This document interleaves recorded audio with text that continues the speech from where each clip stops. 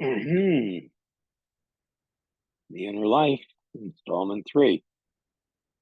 The Realization of the Inner Life. Once again, we're reading from the Sufi message of Inayat Khan, Centennial Edition, Volume 1, The Inner Life, which has a number of parts in it. And this part is the Inner Life. We're now on page 92. If one really wants to know. The realization of the inner life. The principle of the one who experiences the inner life is to become all things to all people throughout one's life. In every situation, in every capacity, one answers the demand of the moment. Often people think that the spiritual person must be a person with sad looks, with a long face, with a serious expression, and a melancholy atmosphere. Really speaking, that picture is the exact contrary of the real spiritual person. In all capacities, those who live the inner life have to act outwardly as they ought in order to fit the occasion. They must act according to the circumstances, and they must speak to everyone in their own language, standing upon the same level and yet realizing the inner life. For the knower of truth, the one who has attained spiritual knowledge and who lives the inner life, there is no occupation in life which is too difficult. As a business person, as a professional, as a king, a ruler, a poor person, a worldly one, as a priest or monk, in all aspects, different to what people know and see of such a person. And be sure that we understand that there is no occupation in life which is too difficult. As a business person, as a professional, as a king, a ruler, a poor person, a worldly one, as a priest or monk, in all aspects, different to what people know and see of such a person. To those one who live the inner life, the world is a stage on which they are the actors who have to act a part in which they have sometimes to be angry and sometimes loving, and in which they have to take part both in tragedy and comedy. So also the ones who have realized the inner life act constantly, and like the actors who do not feel the emotions they assume, the spiritual ones have to fill fittingly the place to which life has placed them. There, they perform everything thoroughly and rightly in order to fulfill their outer mission in life. They are a friend to their friend, a relative to their relatives. With all to whom they are outwardly related, they keep the right relationship with thought, with consideration, and yet in their realization, they are above all relationships. They are in the crowd and in the solitude at the same time. They may be very much amused, and at the same time, they are very serious. They may seem very sad, and yet there is joy welling up from their hearts. Therefore, the ones who have realized the inner life are a mystery to everyone. No one can fathom their depth, except that they promise sincerity, they emit love, they command trust, they spread goodness, and they give an impression of God and the truth. For those who have realized the inner life, every act is their meditation. If they are walking in the street, it is their meditation. If they are working as a carpenter, as a goldsmith, or in any other trade or business, that is their meditation. It does not matter if they are looking at heaven or at the earth, they are looking at the object that they worship. East or west or north or south, upon all sides is their God. In form, in principle, Nothing restricts them. They may know things and yet may not speak, for if those who live the inner life were to speak of their experiences, it would confuse many minds.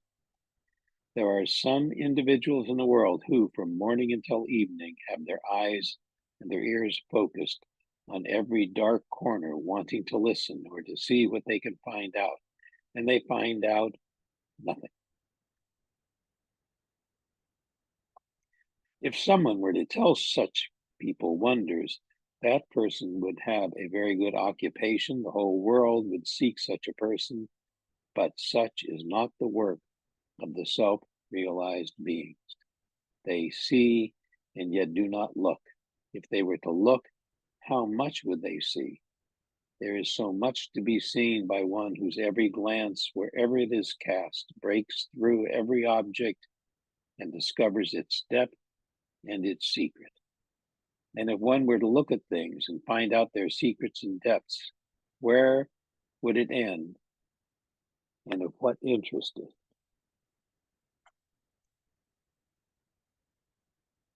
The inner life, therefore, is seeing all things and yet not seeing them, feeling all things and not expressing them, for they cannot be fully expressed, understanding all things and not explaining. How far can such a person explain and how much can another understand? Each according to the capacity they have, no more. The inner life is not lived by closing the eyes. One need not close one's eyes from this world in order to live it. One need not close one's eyes from this world in order to live it. One can just as well open it. The exact meaning of the inner life is not only to live in the body, but to live in the heart, to live in the soul. Why then do not average people live the inner life when they too have a heart and a soul? It is because they have a heart and yet are not conscious of it. They have a soul and know not what it is. When they live in the captivity of the body, limited by that body, they can only feel a thing by touching it. They see only by looking through their eyes. They hear only by hearing with their ears. How much can the ears hear and the eyes see? All this experience obtained by the outer senses is limited. All this experience obtained by the outer senses is limited. When people live in this limitation, they do not know another part of their being, which is much higher, more wonderful, more living, and more exalted exists. They do not know another part of their being. They do not know it exists. Once they begin to know this, then the body becomes their tool, for they live in the heart, and then later they pass on and live in the soul. They experience life independently of the body, and that is called the inner life. Once humans have experienced the inner life, the fear of death has expired, because they know death comes to the body, not to the inner being. When once they begin to realize life in the heart and in the soul, then they look upon the body as a coat. If the coat is old, the person puts it away and take a new one, for one's being does not depend on one's coat. The fear of death lasts only so long as a person has not realized that one's real being does not depend on the body.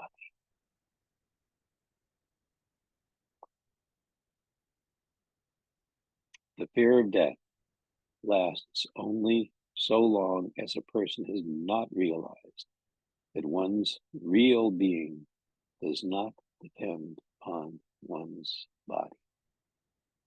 The joy, therefore, of the one who experiences the inner life is beyond comparison, greater than that of the average person living only as a captive in a mortal body.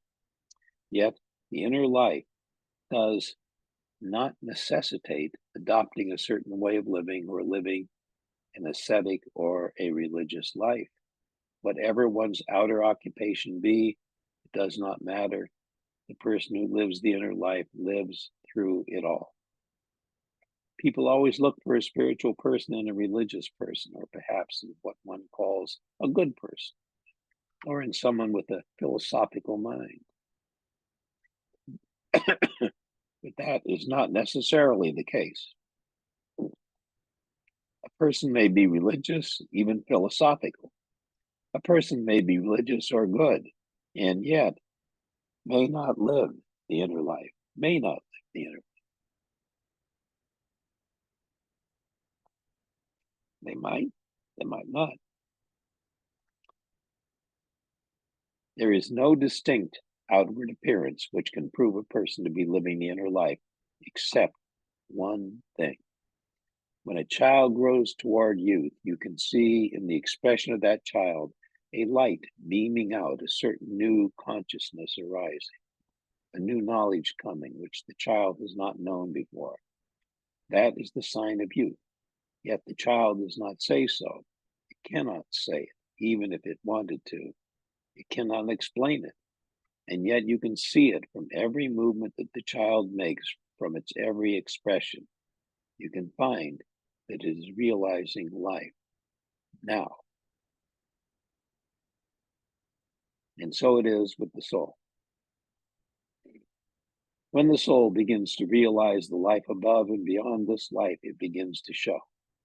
And although those who realize this may refrain from purposefully showing it, yet their expression, their movement, their glance, their voice, from every action they do and from every attitude, the wise can grasp and the others can feel that these people are conscious of some mystery.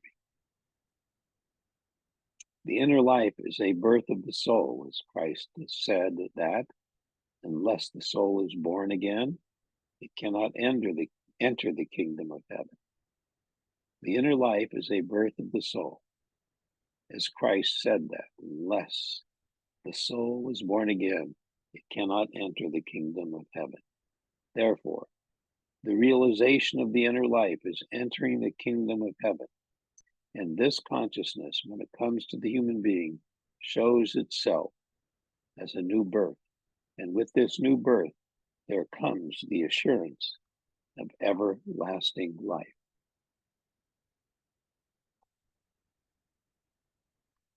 And then one of the people that Hazrat Inayat was speaking to at the time asked a question. And the question is it better to give an outlet to one's joy and sorrow or to suppress them? Inayat Khan's answer is. The expression of joy should not be extreme. The wise are never overjoyed because there is no worldly circumstance that can give them great joy. And also they know that the extreme expression of joy will bring sorrow after it. You can see that in everyday life. If you make a little child laugh very much or enjoy very much for 5 minutes, in 1 hour or in 2 hours or before evening, it will feel very unhappy. And if the wise do not give an outlet to their joy, still less will they give an outlet to their sorrow, because not only would that humiliate a person, but to be in extreme sorrow increases the idea of the self. To be in extreme sorrow increases the idea of the self. I've seen this with my Murshid. I knew him for years, and often there were circumstances which would have caused great joy, but I never in all those years saw his even cheerfulness altered. Even cheerfulness altered. The wise are in the thought of God, and what is there in this world so great that it can move them much? Before that, I had seen the same thing with my father. Next section, freedom of action. As one grows through the inner life, so one feels a freedom of thought, speech, and action, which comes as a natural course through the spiritual journey. And the reason why this freedom comes and from whence it comes can be explained by the fact that there is a spirit of freedom hidden within human beings, covered by outward conventionalities. When a person grows out of the outward conventionalities, then the spirit of freedom, which was closed in so far, becomes manifest. The laws given to humanity are given by those far from such laws, the elder ones. As for children, there are certain laws, certain rules necessary. So those who have not yet evolved to look at life from a higher point of view are fixed under certain laws which are taught to them as religion. And they are as necessary for humankind as the rules given to the children in the home. If there were no rules given, the children would become unruly. But when the children have become grown up, then they begin to see for themselves the reason why rules were given to them and the benefit that these rules were to them. Then they can make the rules for themselves that suit them best. The inner life, therefore, helps the soul to grow up. When the soul evolves from subjection to mastery, then it makes rules for itself. In the East, therefore, no one tries to criticize a spiritual person. No one stands up to judge a spiritual person's action or to accuse a spiritual person of something which oneself calls wrong. For this reason, Jesus Christ has said, "Judge not." But this teaching has been given to point out that "judge not" applies to your equal. For the one who is still more advanced, no one can judge. When people have the tendency to judge one more advanced themselves, the consequence is that the spiritual advancement deteriorates. Because however advanced one may be, those who have not yet advanced pull one down.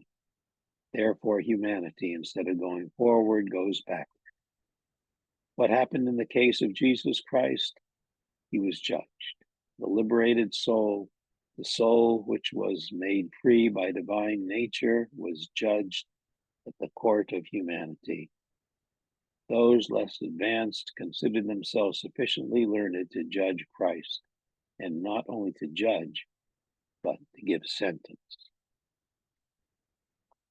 In whatever period of civilization, therefore, the tendency to judge the one who is advanced has shown itself, there has always become a collapse of the whole civilization. In whatever period of civilization, therefore, the tendency to judge the one who is advanced has shown itself, there has always come a collapse of the whole civilization. The Sufi Sarmad, a great saint who lived in Gwalior, was asked by the Emperor Aurangzeb to attend at the mosque, for it was against the rules of the time that anyone kept away from the regular prayers that took place in the mosque of the state. Sarmad, being a man of ecstasy, living every moment of his day and night in union with God, being God conscious himself, he perhaps forgot or refused a certain time of prayer, a certain place for prayer for him. It's nothing. Every place for him was a place of prayer. Every time was a time of prayer. Every breath was prayer. When he refused to attend prayers, he was beheaded for going against the rules which were made for everyone. Consequence was that the downfall of the whole Mughal Empire can be dated from that time. The entire Mughal civilization, unique in its time, fell to pieces. The Hindus have always known this philosophy for the reason that they had a perfect religion, a religion in which one aspect of God was characterized as human, and their various devas are nothing but various characteristics of human nature, each of them adored and worshipped. In this way, not only God, but the whole human nature in all its aspects was adored and worshipped. It is that which makes the Hindu religion perfect. When people say, this place is sacred and the other place is not sacred, that particular thing is holy and all other things not holy, in this way, they divide life into many pieces, the life which is one, the life which cannot be divided. Therefore, those who rise above the ordinary conventionalities of life by their inner development come to another consciousness. For them, worldly laws are the laws for the children. Those who begin to see this difference between the laws they set before themselves and the laws that are observed by humankind sometimes at first condemn and then disregard the common laws. They criticize them and ask, what is it all for? But those who come to the fuller realization of the inner laws show respect even for the laws of the children, knowing that they are the laws for the children and not for the grown-up, yet they respect them, for they know it cannot be otherwise. The laws which they know can only manifest to the one whose soul rises to that realization. The laws which they know, those who have realized the inner life, the laws which they know can only manifest to the one whose soul rises to that realization. But before that soul rises, it must have some law by which to live in harmony. Therefore, advanced souls regard such laws with respect and observe them when they are in the community. They do not condemn them. They will not criticize them. They realize that harmony is the principal thing in life, that we cannot be happy through life if we cannot harmonize with all those around us.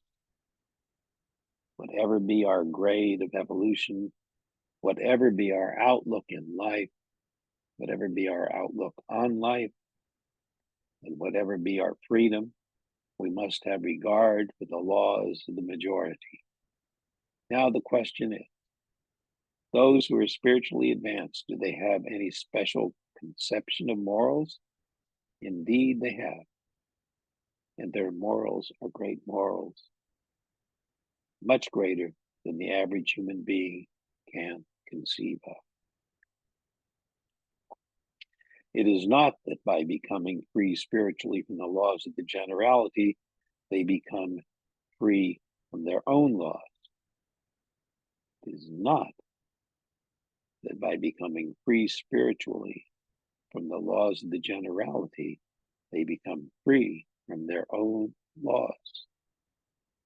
They have their own laws to bind them, and these are much higher and much greater laws. No doubt, their way of looking at things may be criticized and may not be generally understood. Yet, their law is more akin to nature. Their laws are in harmony with the spirit. Their laws have their effect as phenomena. And by regarding two morals which are contrary to each other, the morals of the generality and their own morals, they arrive at a plane and a condition where their hands and feet are nailed. That is the symbolical meaning of the nailing of Christ on